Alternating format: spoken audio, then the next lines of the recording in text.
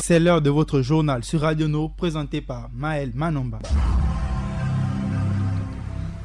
Radio Nour, il est 16h.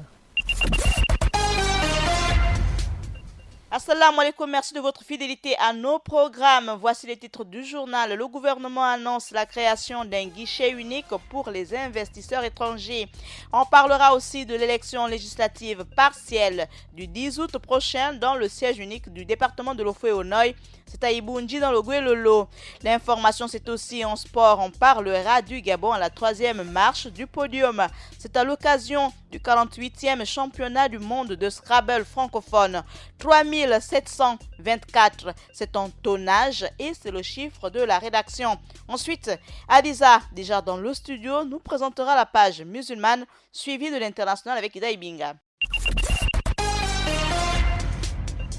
Radio Nour, il est 16h. La rencontre avec Olam, le plus gros investisseur hors pétrole au Gabon, le 26 juillet dernier à Libreville, avec le ministre de la Promotion des investissements et des partenariats publics-privés, Jean-Fidèle Otondo, a indiqué son ambition d'alléger les lourdeurs administratives en mettant sur pied un guichet unique pour investisseurs étrangers.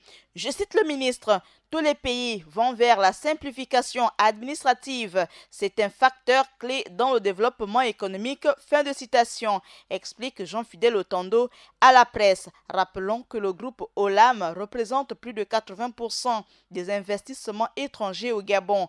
La rencontre avec les investisseurs se poursuivra avec les responsables des entreprises implantées à la zone économique à régime privilégié de Coq tout au long de la semaine. On va à présent dans l'Interland, où l'arrière-pays du Parti démocratique gabonais, le PDG, a investi pour les élections législatives partielles du 10 août prochain dans le siège unique du département de l'Ofué-Onoye. C'est à Ibunji, Blandine Ndiengi, pour la première fois une femme dans l'arène. Militante de longue date, la candidate était la suppléante du député sortant Jean-Pierre Boukila. Âgée de 57 ans, si Blandine Ndiengi est élue, elle sera la première femme députée de l'Ofué-Onoye qui n'a jamais eu de femme députée, sénatrice ou ministre. En sport, on parle du Scrabble. Belfegor Mpaga Reteno remporte la 3e place du championnat du monde de Scrabble francophone. C'est à La Rochelle en France. Il s'est imposé face à 79 autres joueurs et anciens champions du monde qui ont pris part à la compétition qui s'est tenue du 19 au 26 juillet dernier en dépit des nombreux manquements observés par la Fédération gabonaise de Scrabble. Belfegor Mpaga Reteno a su hisser très haut sur l'échiquier mondial du Scrabble classique en occupant la 3e marche du podium. Il faut rappeler que notre nouveau champion Belfegor Mpaga Reteno avait déjà remporté en 2017 la médaille d'argent au championnat du monde de Scrabble de Martigny, c'est en Suisse, face à 1500 joueurs. Le prochain championnat aura lieu sur le continent africain en 2020 et ce sera à Abidjan, en Côte d'Ivoire, du 18 au 25 juillet à l'Espace Cristal. Le chiffre de la rédaction, c'est bien 3724 tonnes d'huile de palme au premier trimestre 2019. Le groupe singapourien Olam a produit 3724 000 tonnes d'huile de palme au premier trimestre de l'année 2019, ce qui fait progresser son chiffre d'affaires selon un rapport de l'entreprise. Avec Adiza Adamou et Sono de Njolé, présente dans ce studio, ouvrant la page musulmane. Assalamu alaikum Adiza. Wa alaikum salam Maël. On évoque le discours du roi Mohamed VI à l'occasion des festivités marquant sa 20e année de règne. Dans la page musulmane du jour, on parle aussi de la Turquie, la Malaisie et le Pakistan qui se donnent la main pour une renaissance musulmane. On évoque aussi le décès du frère aîné du roi d'Arabie Saoudite survenu ce dimanche 28 juillet. On ouvre la page musulmane du jour au Maroc où le roi Mohamed VI, dans son discours à l'occasion de la fête du trône, reconnaît des inégalités. Ce mardi 30 juillet, le Maroc célèbre la traditionnelle fête du trône. Cette année, à l'occasion des festivités pour les 20 ans de son règne, le roi Mohamed VI s'est exprimé dans un discours prononcé dans son palais.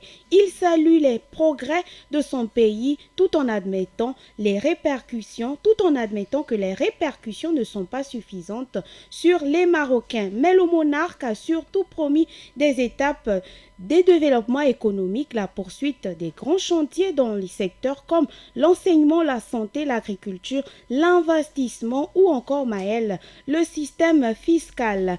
L'actualité du monde musulman à l'échelle internationale, c'est la Turquie, la Malaisie et le Pakistan qui se donne la tête de la Renaissance musulmane. Lors de sa récente visite officielle de 4 jours à Ankara, le premier ministre malaisien Mahathir Mohamed ne s'est pas contenté de resserrer les liens avec le président turc Recep Tayyip Erdogan. Il a appelé Maël avec force à l'événement d'une Renaissance musulmane avec la Turquie et le Pakistan qui comptent parmi les pays fondateurs du groupe des 8 à majorité musulmane afin de consolider les relations stratégiques et d'accroître des coopérations fructueuses dans un monde islamique au fort potentiel.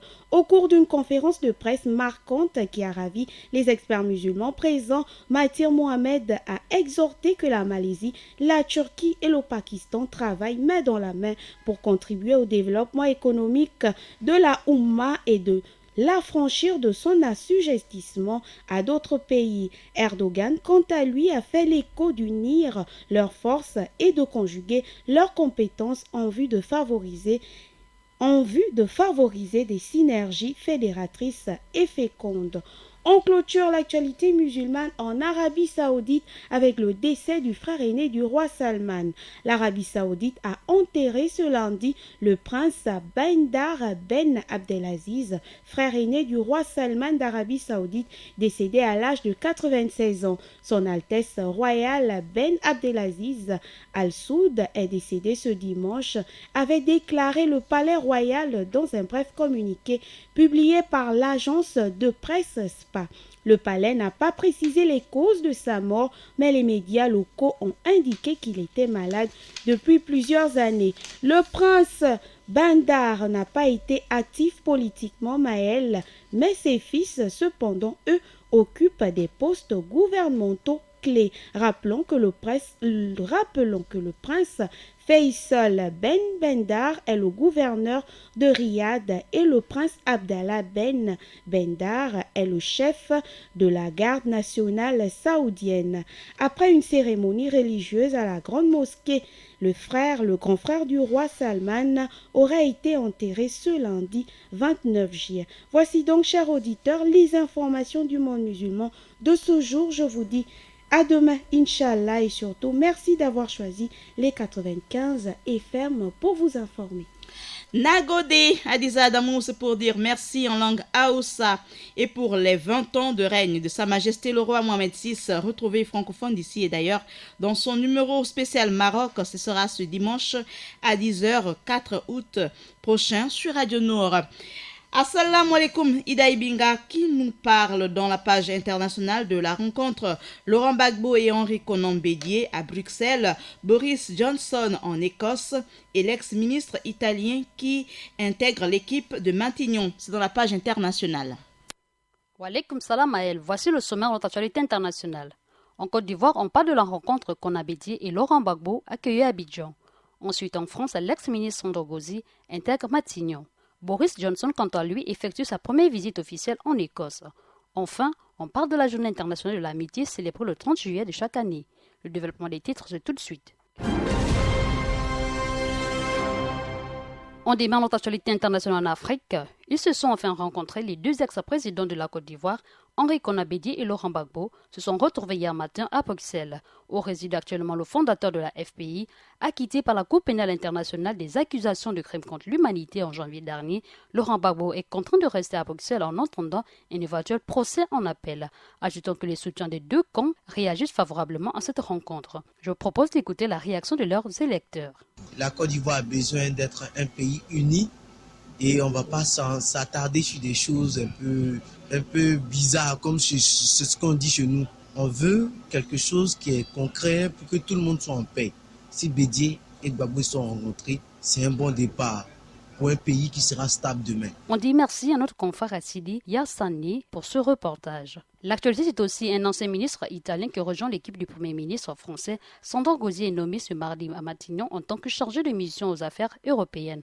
Ancien membre du gouvernement Matteo Renzi et de Paolo Gentiloni, l'Italien a été élu en mai député européen sur la liste de la majorité présidentielle française. Rappelons que de l'Italie à la France, Sandro Gozzi fait partie désormais de ces rares hommes politiques à faire carrière dans deux pays différents, mais son sujet de prédilection reste le même. L'actualité continue. Pour parler de Boris Johnson qui continue son tour du Royaume-Uni, il était lundi dernier en Écosse avant de se rendre au pays de Galles, en Irlande du Nord plus tard cette semaine. Cette visite s'inscrit dans le cadre de sa tournée nationale en tant que ministre de l'Union, un titre qui s'est lui-même donné alors que beaucoup de critiques craignent une fracture du Royaume-Uni en cas de Brexit sans accord.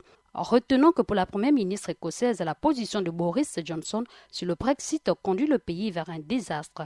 Elle a rappelé au nouveau Premier ministre que les Écossais n'ont pas voté pour sortir de l'Union européenne et encore moins pour en sortir de manière chaotique.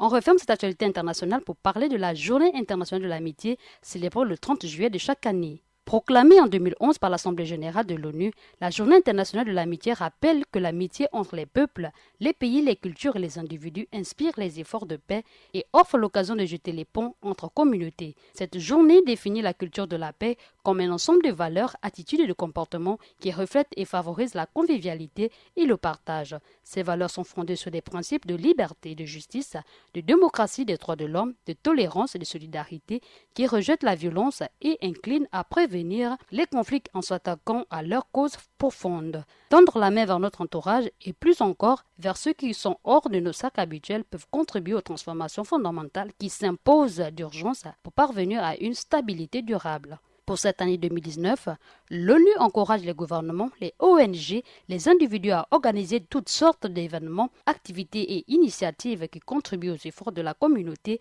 internationale de la promotion d'un dialogue entre les civilisations, les solidarités, la compréhension mutuelle et la réconciliation. Merci Maël, merci fidèle lutteur, c'est tout pour cette page internationale. Dibot à Ida Ibinga et Axel Kumba pour la réalisation et la mise en onde de ce journal présenté par Maël Manomba de Mouabi. Bon retour parmi l'équipe à Hugues Mondungi, Adiza Adamou à la coordination de ce journal que vous pouvez réécouter à 20h, 23h ou 8h ou réécouter ou retrouver en ligne sur YouTube et Facebook. Bon rétablissement à Mariam Kale. Assalamu alaikum sur Radio Nour. Radio Nour, il est 16h.